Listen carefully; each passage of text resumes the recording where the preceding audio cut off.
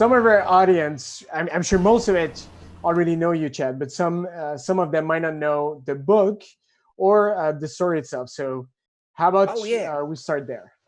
So the book essentially is about the story of the the former tyrannical ruler of a fantasy world after he's defeated and is living in hiding and has come to realize the full magnitude, actually, as to him understanding the full magnitude of his crimes. That actually happens throughout the story, but at the beginning of the story, he realizes how evil he was, or that he was evil, and is regretting it tremendously. And he thinks he's at the end of his life at the beginning of the book. He's 82 years old, and he embarks to basically end it all, but certain events happen that change his intentions and plans, which sets him on a path towards redemption. And he he is confronted by the fallout, the results of his actions, and the people whose lives he has ruined, and he has to come to terms with that, deal with it, and even try and is it even possible to make amends with the terrible things he did?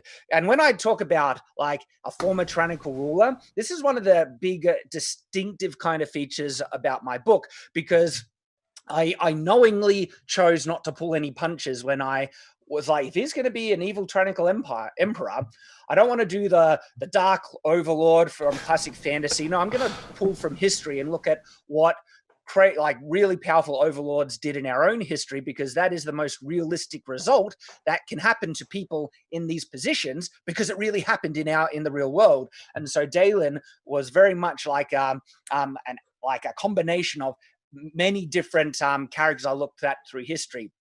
Napoleon, Henry VIII, Genghis Khan, Stalin, even Hitler, okay? I was looking at these figures to try and figure out what is the nature and character of such a villain.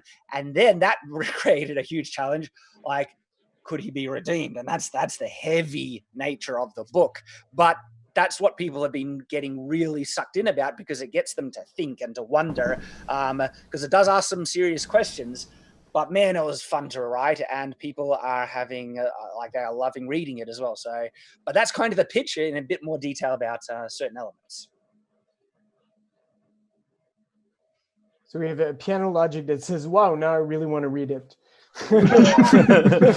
You'll enjoy it. I might be biased in the matter, but I personally think, well, yeah, like if you like a challenging fantasy that asks some pretty heavy questions, but it's also epic fantasy. It's like, I really wanted to go high concept with the setting. So it's not your average fantasy setting. It's not even based on a planet. Okay. And also hard magic. It's technically a hard fantasy where I wanted everything to be realistic and immersive. So the magic has set rules. It's almost like a science. Technology is actually founded on magical principles that exist in universe and is all consistent. So yeah, if you like those things, it's a good chance you'll like the book. And there may be a question I can answer. Someone asked if they saw the movie before reading the book, if it will be worth it to read the book afterwards. And yes, it will, because the movie will be only a 15-minute shorts, or it could extend depending if we reach the goals. But the book is way more than just that 15 minutes, like way more. And our plan is to make a feature film out of it. So if we reach the feature film and you still haven't read the book, then I suggest reading the book first. And there is no major spoilers with the structure of the short film at the moment. We've picked some really cool, great, engaging scenes to give you a taste of what the story is like, but also what a feature film could look like if we ever get there. So you're going to get all the kind of flavor and feel of what Everfall is like, but no major spoilers. So it won't ruin the book for you. In fact, it'll probably encourage you to want to read the book after seeing the short film.